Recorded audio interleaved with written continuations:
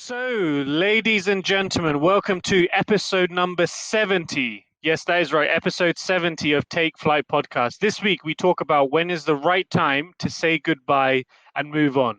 Jeff Bezos has left Amazon. Trump recently left the White House. Seasons come and go. So, when and how do you say bye? Is it ever the right time to move on?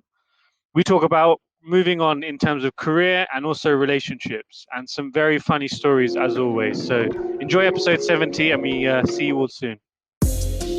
Take off, take flight with you. Before we never fly, but want to see his name. Welcome to episode Hey, number no, wait, 70. so Pete, so James, yeah, go on. Yo, Nandi, don't do this because the story, only he wrote the story in it. So he said on the story, he was like, this is what I find funny, yeah. It's because you can't get this kind of advice. He said this. he actually said this. He said took a quick L, but I'm about to bounce back. He said the game is what it is. You got to learn the rules and play whatever. So he was almost trying to be like a sophisticated financial advisor after taking a loss. So I reached out and I was like, What was the L? I was like, I didn't get into it. I just said to him, yo, I said, and I knew what it was. I knew what it was straight away. I was like, yo, what are you chatting about? And he says, oh, let me get the message. Let me get the message so you can see the thing. He said, I said, stock, question mark. He says, yeah, tried to hop on that GameStop hype on Monday and lost a little bit. I said, I knew it. Money out here securing the bag. He said, I should have known better. Let me stick with my index funds and chill, shaking my head. Yeah. And the sad part about that is so many people were left holding the bag. Bro. And that's with those things, you got to get in and out early. Like by the time it starts to get on like CNN, all the news channels, everything, it's too late. It's too late by that time. I tell you what's too late is this Bitcoin now. What's happening with Bitcoin? No, it's not. It's not too late. Okay, but it will always be too late. You can get in now. It's not going to be too late. What I mean though. Wait, hold on. You're saying it's too late based on its history, but you don't know its future. If it goes up to 300, that 30k, it was too late. That 30k would have been nice. But to be honest, So if you I think never about like to that, buy you don't- because you're in the all-time future. highs. I never like to buy all-time highs. That's my what biggest All-time high what today, Daniel but said, but what the Daniel all-time said, high this is not- only today.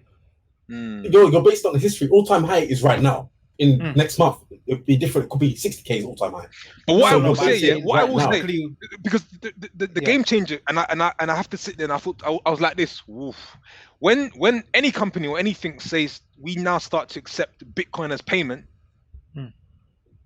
that's when it's on. And I saw a post on Tesla's like factories and what they're building. I haven't paid attention to Tesla as a stock, but I'm thinking to myself, economics 101. If you're building this out, right, I need to get in. Do you know what I'm trying to say? So I swear you've already got shares already. You're 0.0000001 who, me? In where? In Bitcoin. Yeah, I got Bitcoin. I got Bitcoin. Yeah, not one coin. Oh, no, I can't say my coin. I can't say how much I got. I was about to drop it. But no, I got in.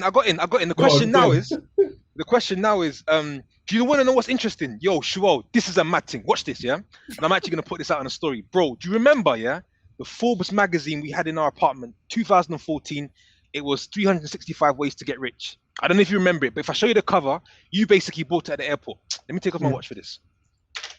Tip number 23, yeah, was it said, buy a Bitcoin for speculation and to, I think, hedge against inflation. It said it back in 2014. And it was a lesson because I looked and I done the numbers, and I think if we had invested, I think 10,000, we would have been at $1 million today. I think something along those lines. And I just thought the power of you don't know what you don't know. So I would have read it at that time. You would have read it, but it would have gone past your head. It would have literally, you would have read Bitcoin and thought, whatever. And so it's a nice kind of reminder in the sense of all you can do in this game is just commit to learning, right? So that you don't miss the next wave that's going to come, because you're seeing things today and you're reading things that you're probably dismissing. We dismissed that tip 23. That tip 23, yeah? And you dismissed my tip from last week. And we just okay.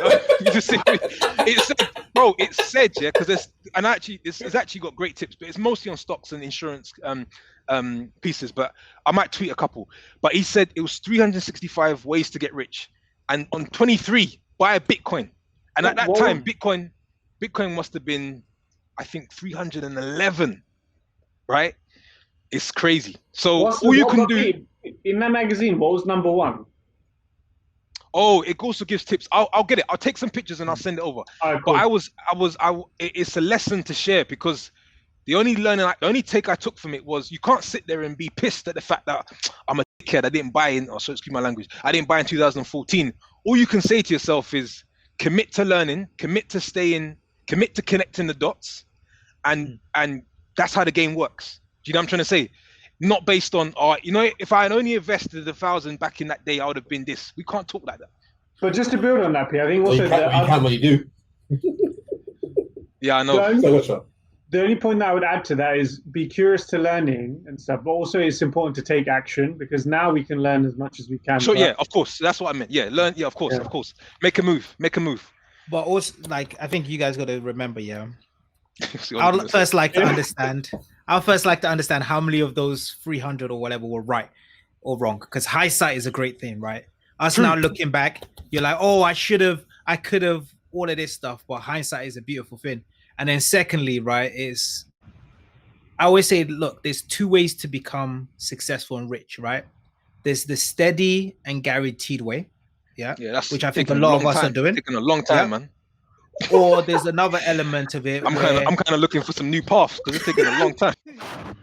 Or there's another element of it where it's like there's an element of luck in there as well, right?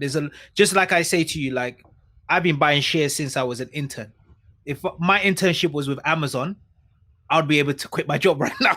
If I was with Tesla, but you're trying to base it on a one pony to get you there. No, it's not one pony, but it's just that one element of, look, there's an element of preparation, action, but there's also being just lucky in the right place. It's the book Outlier. If you read the book Outlier, it talks about it like there's multiple elements, but then there's a large portion of it that's got to do with stuff that you can't even control. Just being in the right place at the right time. Grab that book, Psychology of Money. Morgan is a brilliant mind. Great. You can listen to it in it. Well, I'll say read the book first, but he just speaks to you about finance and investing in a way that you just have been saying, where have you been all my life? It's just a great way of just great poetry. It's good. It's like things of what you just mentioned now. The importance of time. Like he said that the number one skill in investing is being able to survive, and how long you can do it for. And not making any major losses. Not making any major losses, right? And instead of trying to beat the market, just hold out just see how long you can hold out for. Minimize your mistakes. So a couple things. So we might as well just scrap this episode and get straight into what Daniel's about to do, because someone's hot right now, isn't it? For all our listeners, I would just like to put returns right now. I would just like to put a disclaimer in that conversation. We are not financial advisors. We are not your financial advisors. We're just random guys on Spotify, Apple, whatever you listen to our episodes on. So do not take any financial advice from us. Speak to a professional. Daniel left because I think he didn't want to implicate himself. Exactly, because Mr. Bloomberg doesn't want to. all these returns is going to get cut tomorrow, bro. God forbid. You know what I'm trying to say? All that whilst we're waiting for Daniel to join and get started, guess who won the running challenge? Not you. No, you did win. I was gonna say.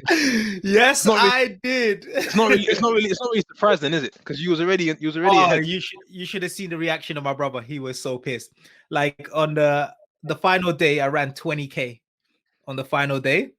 And I waited to upload it like 5 minutes before the end of before midnight. And you ran 20K in one day. Are you okay? I'm not gonna lie to you. It took me 2 days recovery before I could go out again. That's a solid stint. It's crazy, but I won. Wait. I took the money off him. Payday, small returns. How much was it again? We don't need to put numbers on the podcast. Was it like £10 or something like that? I don't want to talk about his financial situation. 15. Here's a lesson for the viewers in terms of amount of effort compared to return. I mean, that's terrible investment, but fair enough. Go ahead. Did I also mention to you did I mention to you I also lost £10 as well? Is that better return? So where are you going to use that return then? Where are you going to use that? You're gonna use that weight loss. Hopefully it's gonna mean I last longer, I live longer, right? Okay, fair enough. You can't put a percentage on that. Fair enough. Exactly. Thanks for joining back, Dan. Why don't I pass it on to Shawel to take the lead on this episode, right? No, but guys, so welcome to episode 70. What a milestone, by the way. Can we just take a second to do it? Are you sure? You sure it's on 70, not 71? This is 70, right, guys? Yeah. 70. Yes. Okay. So can we, because we're in a virtual environment, can we just take a second to do a virtual round of applause just to celebrate the fact that I've made it to episode number 70? I'll be honest, it's taken a long time to get to 100, man. And then on top of that, actually, I think when this episode is released, we've also would have hosted our first ever Clubhouse Room as well. So thank you for the people that took time to listen to our first Clubhouse Room. And we look forward to hopefully doing many more. But the agenda of this week is when is the right time to say goodbye and move on? And this is a little bit triggered by the recent announcement of Jeff Bezos, who is the founder and was the CEO of Amazon, who recently announced that he'll be stepping down as CEO of the company that he founded back in 1994. And he'll be moving into a new role as executive chairman with another person taking over the role who had been in Amazon himself also a very long time. So I think I was reflecting a little bit on a recent flight back with some friends about when is actually the right time to say goodbye and move on, because there's different reasons in life that we will move on, whether that's in a career, when do you move, or a relationship, or generally why do people tend to stay longer than they should have in a particular area of life. So that is the topic for today and what we'll be discussing. All right, cool, guys. So which area do you want to tackle first in terms of when it's the right time to say goodbye and move on? Actually, no, before going into answering that question, do you guys feel like at the moment in your respective lives, in whichever areas, you know when it's the right time to say goodbye to something? I think, is it something that you're struggling with? I think there's a voice. I think there's always a voice in your head that tells you when it's the right time to move on. The question is, do you actually follow through and actually move on? So that's probably where the battle comes in. What I can say to this, like my first initial reaction is, I think every single thing that we do has an expiry date. And I think it's up to the individual to sort of know when that expiry date is and move on. Because by moving on, you're aligning yourself with that sort of natural evolution of change. But knowing when you have to move on and moving on is the challenge. Does anyone else feel like they've already cracked that, or they struggle with it sometimes? I wouldn't say you've cracked it. I think you have an inner voice.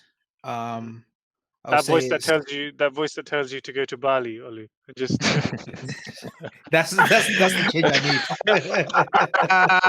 That's the change I need. I've been having that Bali voice for a year now. That Bali voice has been over a year now. But no, I think you have an inner voice, some level of unease. And unease doesn't have to be like a dramatic, like, oh, this is dire, like I need to change tomorrow. It's just some voice in the back of your head that might say, look, you need to do more, or you're not truly happy in this situation, or you need a change, or you need to try something new, or you're getting bored. Like I think there's just different voices where you're just saying, you know what, I'm just not completely comfortable. And I think like what P mentioned, it's a difficult one because I think there's always an evolution. Like I never want to look at myself or look at any area of my life and be like, it's exactly the same as it was 5 years ago, 10 years ago, 20 years ago. Right. So I think there's always a constant changing, growth, or walking away in that aspect. Daniel, what's your take? Do you feel like you've mastered the art of saying goodbye at the right time? The philosophy's coming now. Watch. Watch him say something crazy. How do you know it's goodbye and not see you later? How do you know it's goodbye and not see you later? How do you know it's not goodbye and I'm coming back soon? You don't know. No, jokes aside. I thought you was being serious there as well. Go on. No, I wouldn't say I've mastered it, but there's a difference between walking away and giving up. Because a lot of people want to say goodbye, but it's because they don't want to put in the work. So they almost want to give up and not fight for something. They don't want to work hard for something. They don't want to put effort into something. So they'd rather say, you know what, I've tried, didn't work. It's time for me to walk away. Let me try something new. But walking away from something when you know it's not right for you, when you know it's not maybe in line with your values, your beliefs, or conducive to many different factors, that could be the right reason for you to walk away. But walking away because you want to give up, I wouldn't say is the right thing. And, you know, translating that to, say, a work environment, just because work might be difficult for a period of time doesn't mean it's time to walk away. However, if you're no longer enjoying the role, even though you've put on all the effort and there aren't other factors that you're saying, you know, it's because of the money, it's because of the team, it's because of the person, these all things happen in other places. Unless you want to become an entrepreneur and then you can be everything from the T-boy to the person doing payroll. You can do that. But you'll find it's not all, you know, a bed of roses on the other side. So so let's double click on that, Daniel, in terms of kind of work or career or business wise side of things, right? Because I think we've all between us started endeavors or where we have our full-time careers. We're doing things where we've started something, stopped, moved, changed, etc. If we just focus on the work and business side of things, when is the right time to move, or when is the right time to close a business that you started? For you go first. Well, before we answer the question, can I just say, the term double click, I'm doubling down on that. I'm using that all this week. Love it. I love that. So what's going to happen now is you're going to have to repeat the question, because all I heard was double click. And I was like, you know, when, you know, in my mind, I was thinking, when I talk to Lauren tonight, I'm going to say something and then be like, double click on that one and let's keep it moving. Go on, sure. Run. Say the question. Say the question again. God, please, just the last part of that question. Just the last part of that question. So, because Daniel was touching upon the topic about, especially like work and stuff, right? And balancing the giving up versus starting something new. And specifically, I wanted us to double click on the work and business aspect, because we've all have our respective careers. We've also started businesses and also walked away from businesses as well when it hasn't been serving our purpose. So in that particular field, when is it, well, what has been the right time for you to move on? Or what's been that big driver for you to be like, do you know what, this actually isn't serving my purpose anymore. I'm going to try something else. Yeah. For me, it'll be when the passion's gone. Yeah. The passion? So Daniel's the passion. What comes to mind is impact. If you're not having the impact, we all set out to have an impact on ourselves and other people in that role. I don't know why she was laughing. I'm still laughing about double click. And so I think if you're not feeling, if you are not feeling that impact and the other person, your recipient is not, then I think it's a very strong indication that it's time to move on. And I think also it's good for you and the other person, or you and the other team, because then you're better off somewhere else, right? If I take the workplace, we're not paid for our time, we're paid for our impact. So if you're not having an impact in what you're doing, it's an unfortunate situation. And is that impact? Yeah, Daniel, go ahead. Sorry, I was just gonna double click on what P said. I think maybe. I think that needs to be the title of this episode. Double click. You know what it is? The way Shuo finessed it into his question. Oh my God. I was like, and you know also what's funny as well, yeah? Like we know each other for quite some time. So if we start using different words, yeah, we're gonna pick up on it. So anyways, continue, Daniel. Continue. So just trying to expand on what P was saying. I'd say passion, but passion isn't, I wouldn't say in every scenario. For example, I wouldn't say in a relationship when the passion's gone, yeah, you walk away. No, that's not what I'm saying. No, relationship we're going to. No, I just wanted to be clear on that, because I'm not part of that discussion. I don't know nothing about it. So in terms of like when Pab was saying about impact, you know, if you're not passionate about something, doesn't mean you give up. It might be that you need to reassess or readjust or pivot and try something new. That's what I mean when I say your passion's not there. It's not like you just give up. You might think, okay, I need to change one of these variables to get a different kind of outcome. And that's what I mean when I say passion. But when I would agree with Pete and say, you know, when you're no longer having an impact on something, and also the value, if you're no longer being valued, depending on the scenario and the situation, that also could be a time where you consider it's time to move on. Strongly consider. That's strong indicators. And then, Daniel, just to... Oh, sorry. I had just one very quick question for Daniel on the passion one. Is that passion where you've lost the kind of passion for it, or you feel like your impact isn't valued, or is it the passion and impact of those around you isn't impacting you as much? I'll say the former. Okay. I think it's not necessarily the external circumstances; it's more within, internal, more innate, because you know you can always have a different environment that you operate in. Yeah. Okay, got it. And then, so Ollie, what's your take in like the world or business side of things? So I watched this really good video about passion and what does passion actually mean. So is passion an input or an output, right?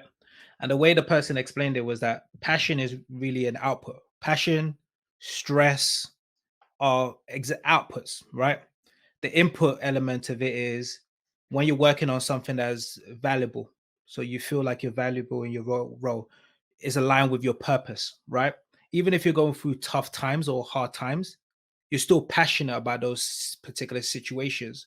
But you could be working crazy hours, not being valued, don't really care about what you're doing, and then the output reaches stress. That's what you end up feeling.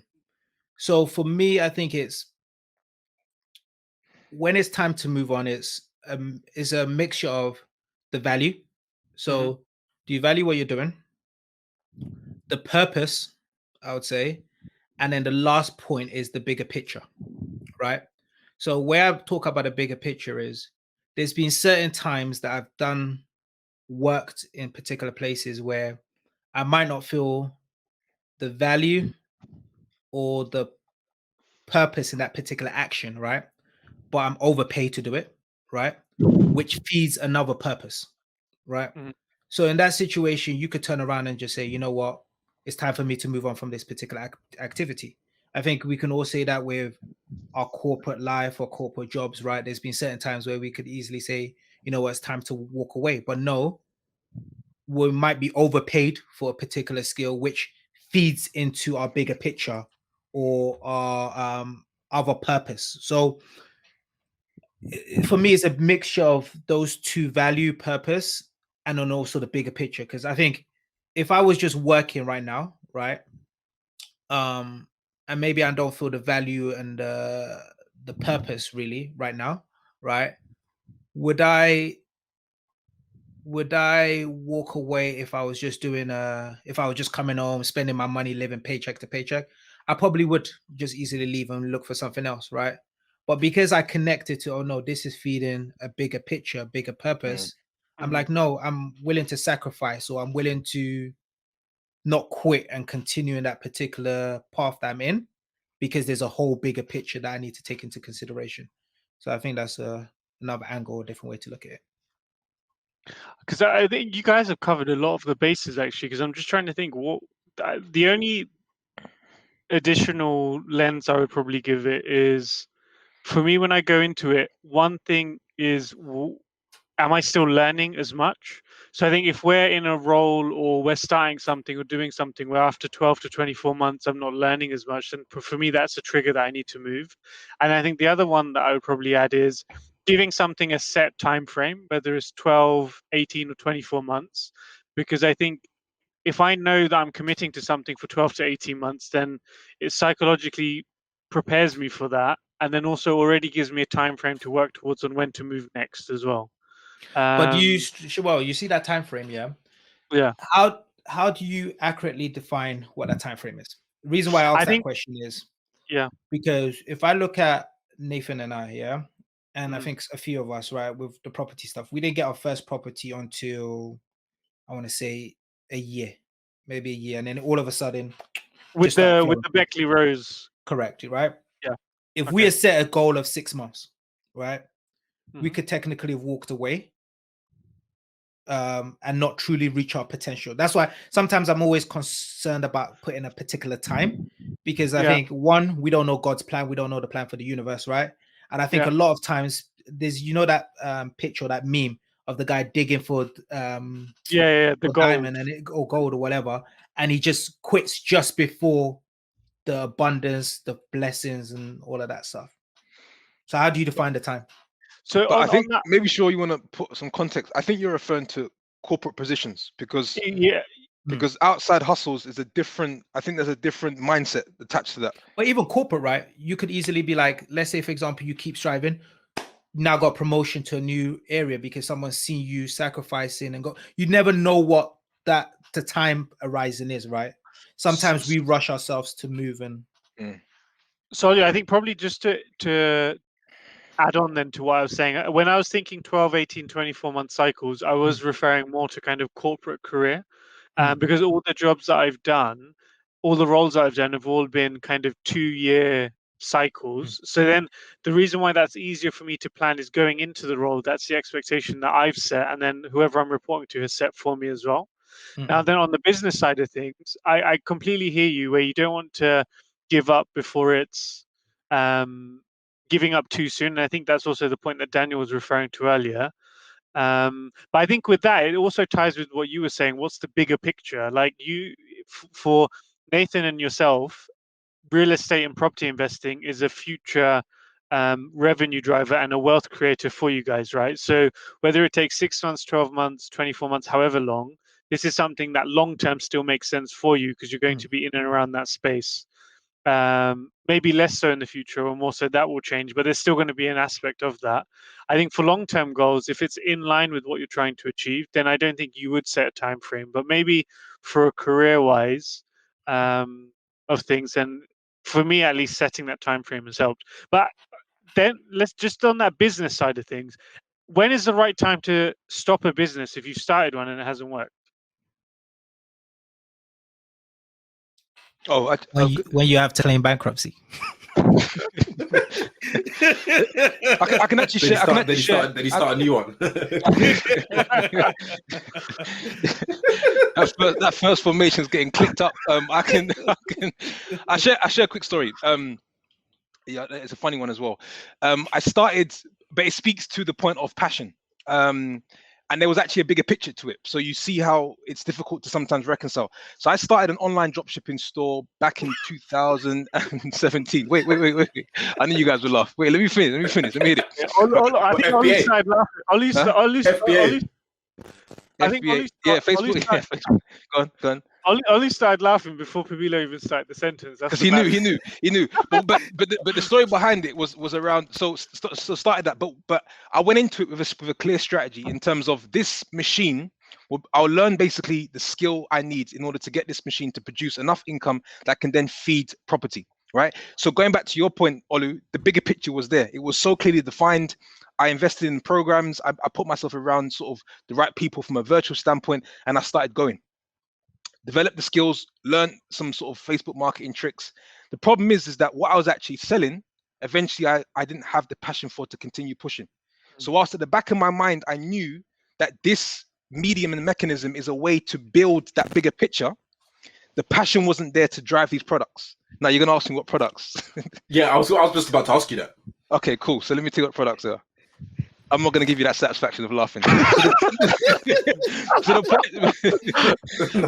you have to disclose. Okay, well we can have the listeners guess, but just put it this way, right? Why don't you guys guess? What do you think? Why don't we guess what we? Yeah, why don't you guys guess what you think? What do you think? But just to finish the story, even when there's a bigger picture, there needs to be some form of passion, and I had everything there. I was like, this works. It's worked for many other people. It doesn't have to work on such a large scale for myself, but this can work.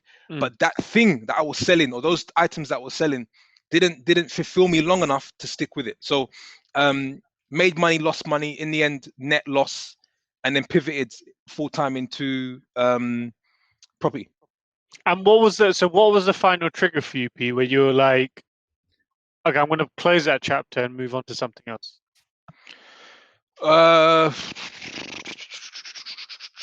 I think honestly, the Facebook marketing was just taking my money, man. If I'm being honest, they were just You wasn't seeing any sales on that chart. It wasn't showing any sales. Like the investment was just racing, yeah, and and the revenue was the revenue was dripping in. You forgot to put a low daily limit on how much. So yeah, it was but it was a good experience. But I think I say that story because the passion part played a part, and I felt that even if I was taking the losses, if I was passionate about the products, and it was something that I basically maybe designed myself, then I think I would have maybe stuck with it.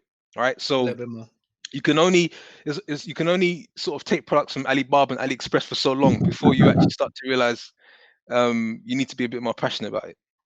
So P, tell us which one of us is the closest in terms of the product that you're selling. So I'll go first. You probably already know. That's why I probably told you.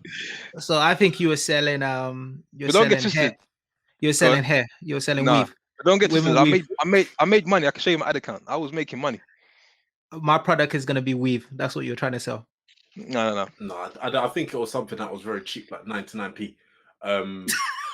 Like no. When I say that, I mean like spray bottles, that kind of stuff. No, it wasn't 99p. I was giving them the whole free plus shipping pricing model. You know about that? Sure. What do you think you were selling? I actually already know the products because P actually showed me before. Okay. Do you remember what it is? So there's no point in me guessing. It's something animal related, right? Yeah, you kick off because that's a big niche, isn't it? So you kick off with a lot of animal necklaces and these things just to test and see how it works. Have you ever owned a pet? The thing is, Olu, that's the problem. The Olu's laughing, but he also done the Olu. No, you also have a course, bro. What you trying to say? You get what I'm trying to say? We should compare ad accounts and see who was making a bit of paper. And then I moved into sort of customizing clothes, trainers. T-shirts. I was selling everything you can imagine. I was selling it. If your children like dolphin prints, I was selling that as well. Do you know what I'm saying? However you want it, Calavera prints, I'll sell that as well. So but yeah, it's just a passion for it. So but yeah, just to sort of share that business story. Daniel, what's your view in terms of when's the right time to move on from a business idea or shut it down or yeah? Because you started a few businesses, isn't it? And you've in the past.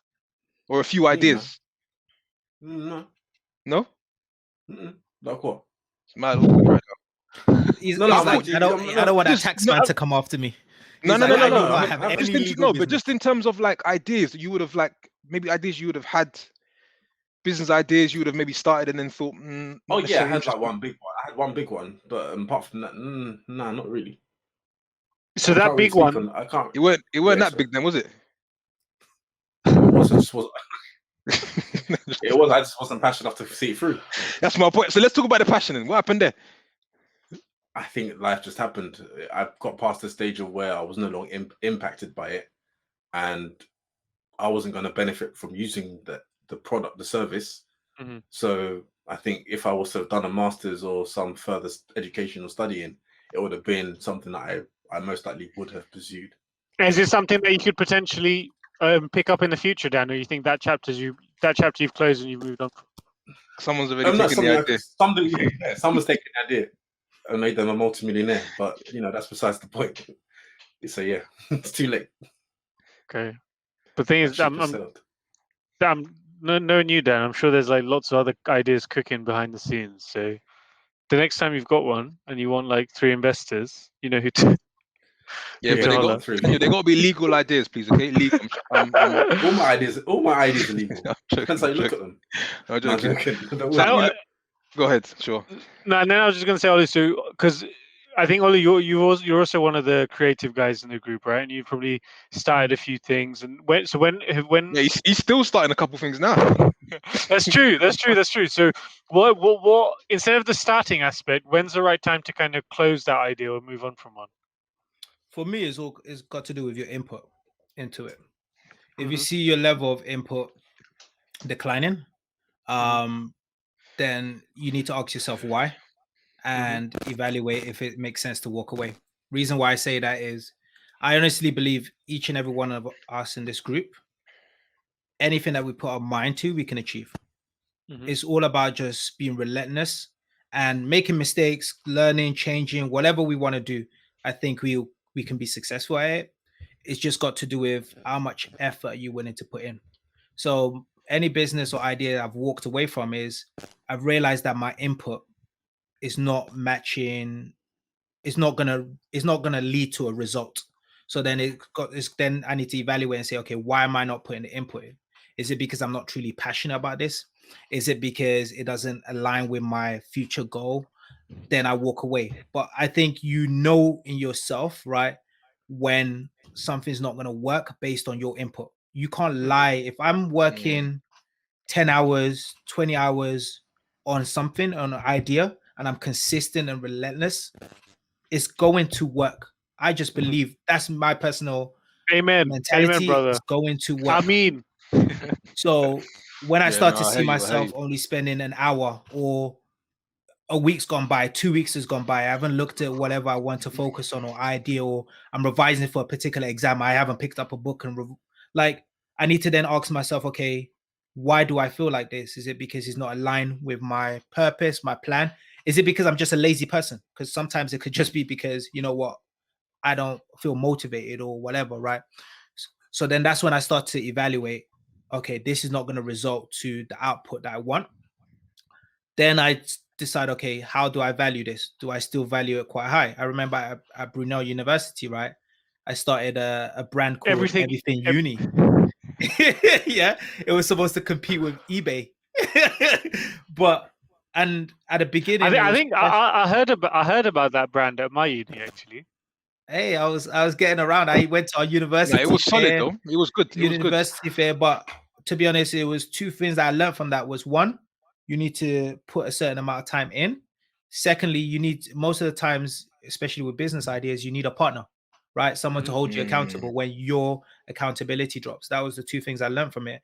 And it also got me my internship job, which I'll never like. I spent the interview talking about Everything Uni, my business plan, like all of that stuff, and we didn't even talk about any normal interview questions. And the guy gave me the job straight away because he didn't want my dream to live. So but just to tag, I know I like what you're saying. Just to tag on that, because a couple of things come to mind. I think what's interesting is you're basically speaking to the point of people are kind of pivoting and trying a number of different things until they find the thing that gives them the burning desire. It's almost like you can't ignore when your heart and your head speaks to you, in terms of, like, it's a bit like what you're saying is, forget the words, your effort will speak for itself, right? And if you find yourself doing something every single day, then that's your thing to do, right? But exactly. it's if I think about it's almost like, if I think about our journey, you kind of, I don't know if it was almost like you choose that you go there. You kind of find I think it's the saying of you don't find your passion, it finds you, right? So but I take from what some people say, right, is that you should try quite a lot of things, right? You shouldn't be someone that just says, I'm gonna stick with one thing, and you should try multiple things. And then, like you just mentioned, right, your passion, everything will align to a point where you say, you know what, I could do this for the rest of my life, right? The cheesy line, I could do this for free for the rest of my life. But a lot of times, if you think about your property stuff, right, there's certain times that it gets you excited just thinking about it, or okay, how can I renovate this place? How can I do it? Like, where an Excel sheet is never going to get you that excited, right? Ooh, that formula was dope. Nah, it's not going to be the same. I don't know. Have you seen I'm not going to lie to you. I prefer the Excel than the refurb, boy. I'm not going to lie to you. I don't think there's nothing sexy about refurb. But what I was going to say was, I agree with your point on trying new things. I think you should try new things up until a certain age. Because when you start to mature into life and you add wives and children, you better start delivering, man. they know trying new things at home. You got to start. It better start to work. So just using that, trying new things. We've got payments to make. You can't be telling your wife, I want to try something new. Is your trying going to pay for this electricity?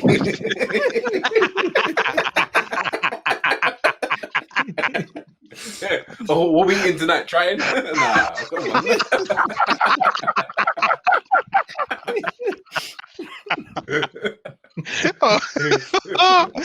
Yo. There is a time span on when you try stuff, innit? At some point in So, time, you Olu- got to start delivering. Olu, our window of trying before we get married, it seems like we've got a little bit more time. If you want Relationships. Are we So looking yeah, at that? on that segue of trying something new, right? Let's move on to relationships. So Well, I know nothing about this, but no, but okay, I think Pete. this is for you and Oli, really. Okay, so then let's split the relationships into two parts. So So wait, in terms of question for you. No, go on, sure. Let me. So I was let's- going to say something dumb like, have you ever thought about leaving your wife just on live on TV? This guy- I knew it was coming. Something stupid. Have you ever thought about walking away? Go for a long walk and not and coming go back. for a long walk and not coming back? Why would you Oh do my that? That's not even what I was thinking about. But let's split this question into two parts, right? So the question is relationship-wise, when do you move on and why?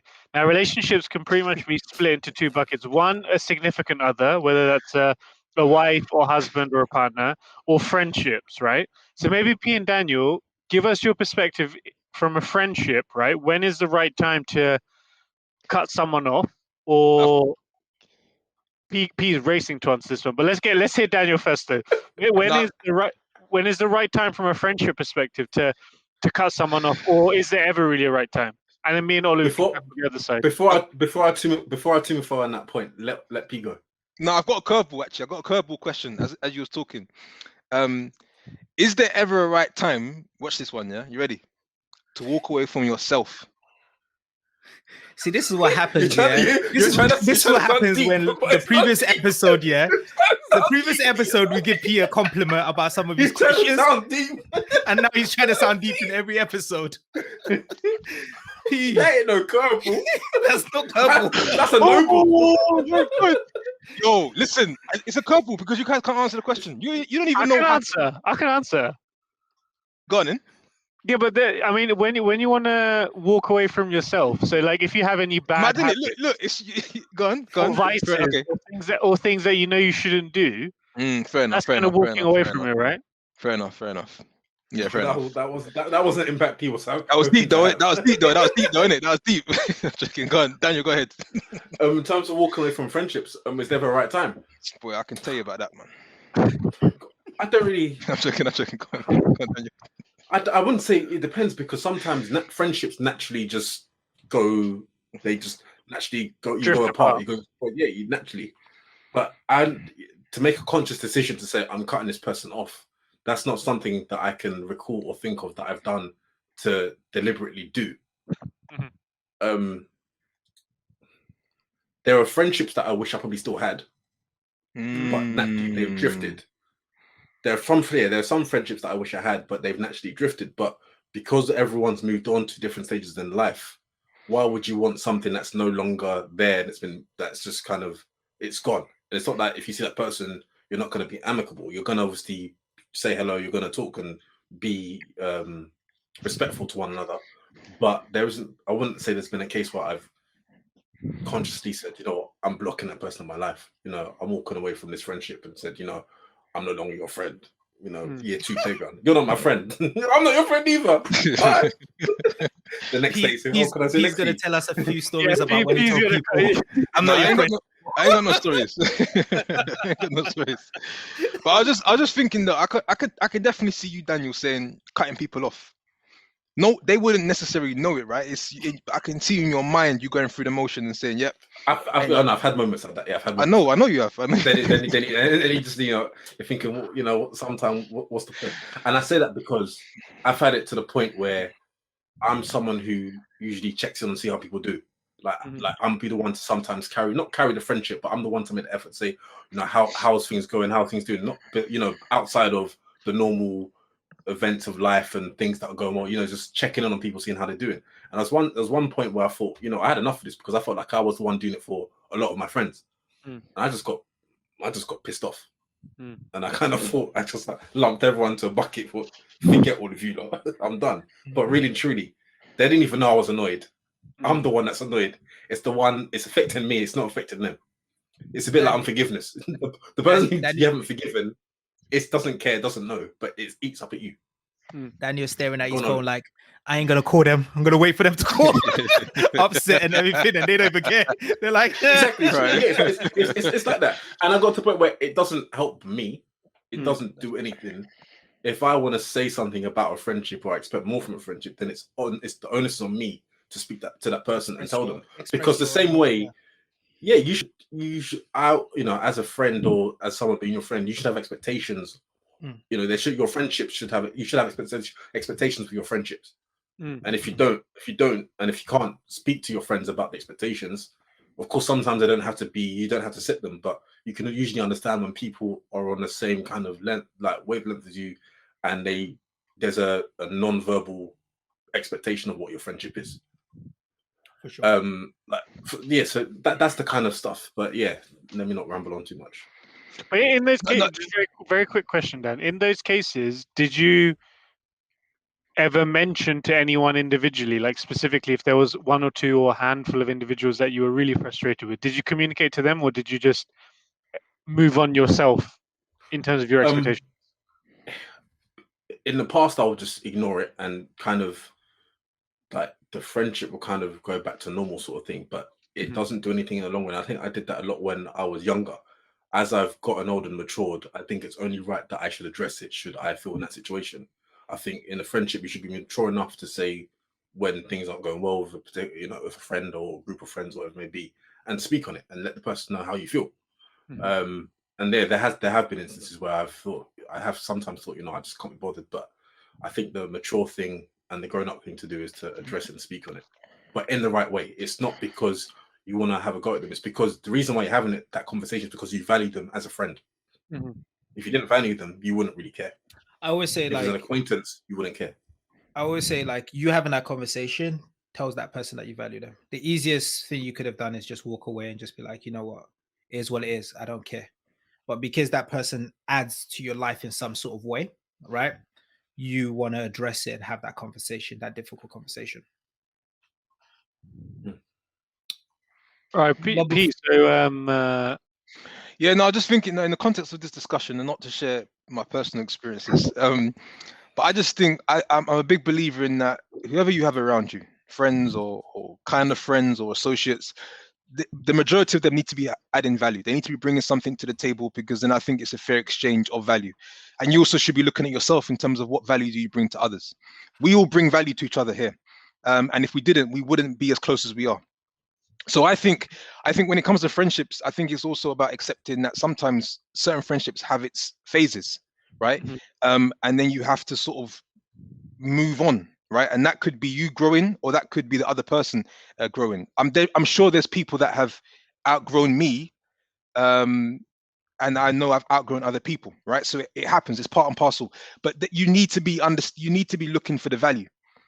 Because what I realize also, what happens as you get older, you realize the importance of your time, especially when you start to build a family.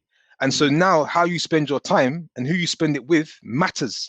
So if you start having that reflection now, you start thinking, well, when I was younger and I was just giving my time to every single person, so who the value is very important. So I would base, walking away and starting new friendships and closing down some friendships based on that. It's a fact of life. You are going to outgrow people, and they're going to outgrow you. So, but even the closing down of friendships isn't necessarily a deliberate thing. Sometimes it's just like a natural thing. It's just some friends are for a season, and you just move on. And sometimes you don't even realize when you're drifting apart from someone. It's only in months later, or maybe a year later, like, oh, because the friendship might not have been so close. It's like you don't even really, not in a rude way, wouldn't have remembered that person.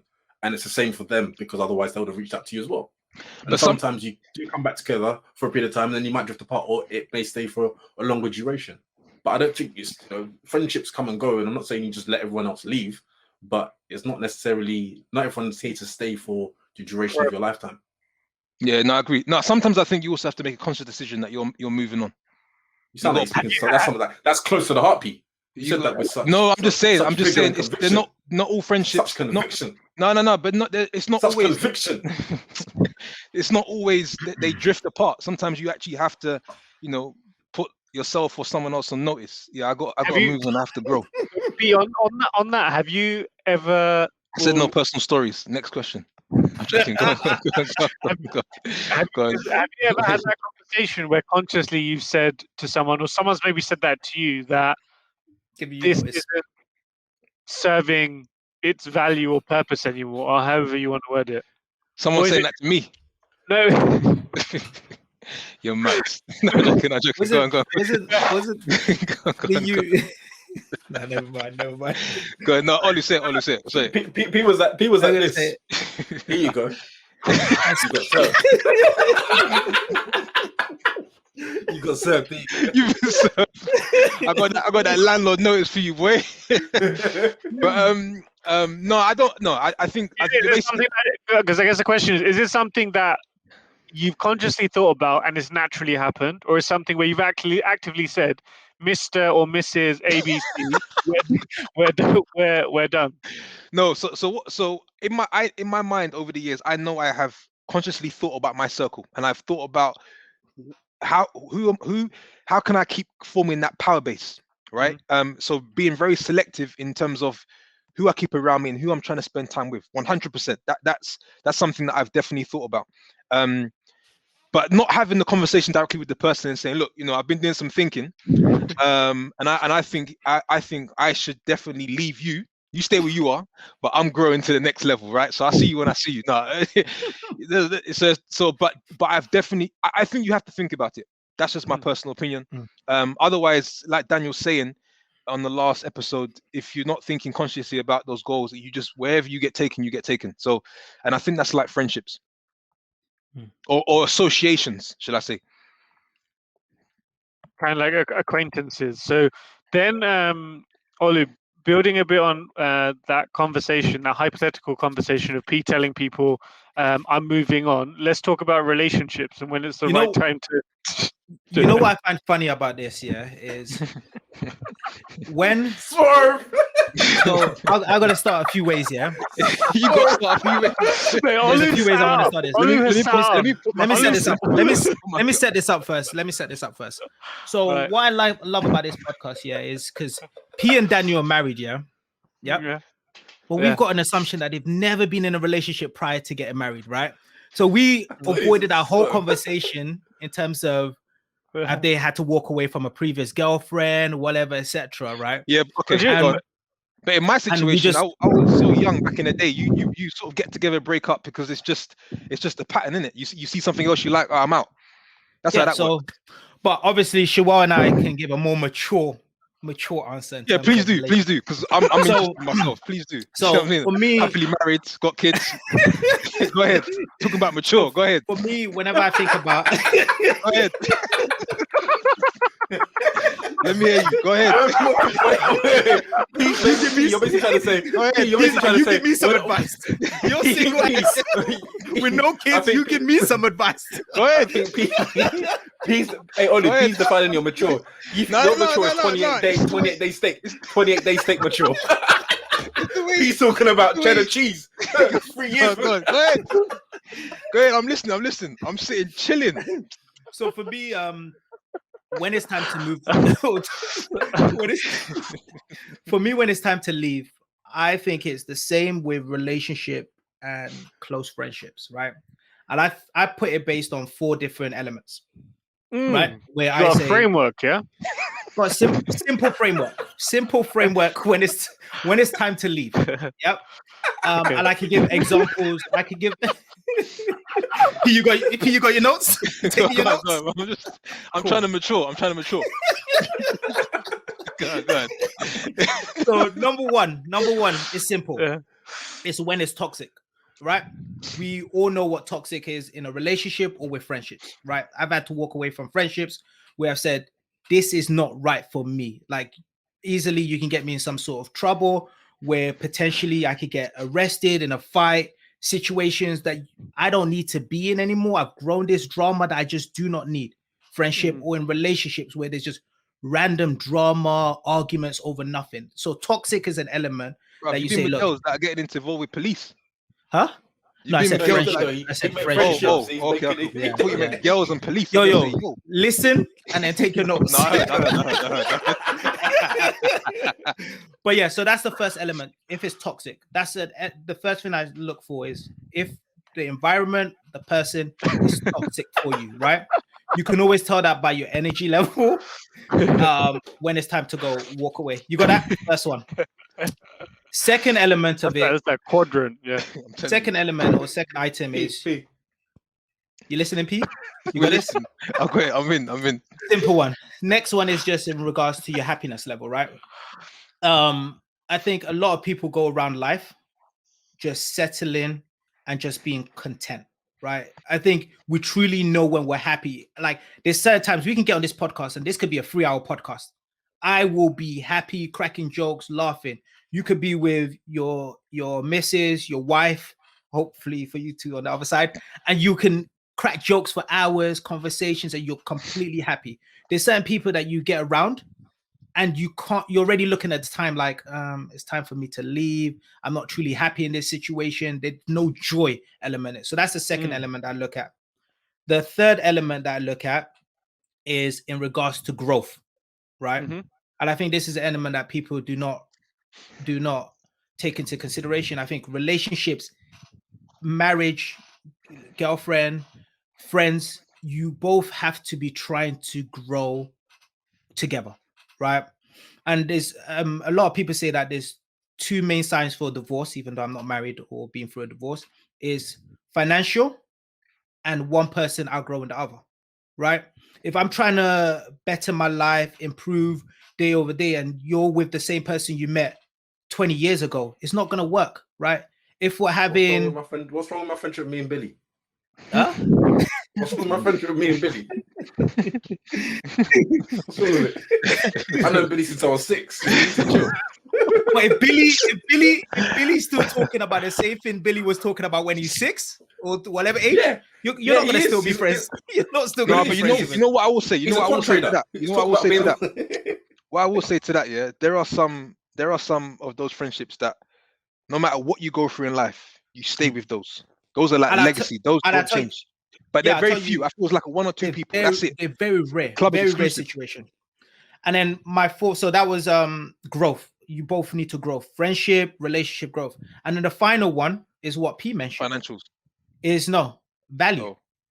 Is what value, like there's a lot of people say, look, you need to give more than you take, right? A lot of us are, no one is going to leave you or no one's going to want you to leave if you're adding value in their life. That's why everything I try to do is about adding value. So my friendships, relationships, you've got to always constantly try and give. The moment that you don't add value to someone, you can, it's sad to say, but you could be replaced. That's the reality of it. You need to, and that value is not a financial one. It could be, I look at every single friend of mine and I say, I look at something in that person that I aspire to be, or that I learn from. So that could be their humility, that could be the sense of humor, that could be their kindness, that could be the way that they're able to slow down and make me slow down and think a different way. So you just need to always think about how are you adding value to the people around you. So even if people in relationships, I always say, like, so many times we'll focus on so many other things apart from adding value to that person that you're with. The moment that you continuously add value to that person, they're not going to want to leave, right?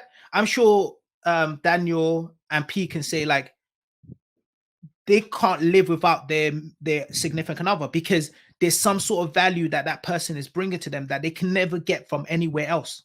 And that is my fourth point, is just always continuously add value. So those are my 4 principles. P, can you just repeat that? I just want to make sure you got the notes. What were the 4? Yeah, I got the notes. What were the 4 things? 4 principles to keep in mind when building a relationship with the opposite sex is look out for if it's toxic space, focus on happiness, focus on growth, and also focus on value.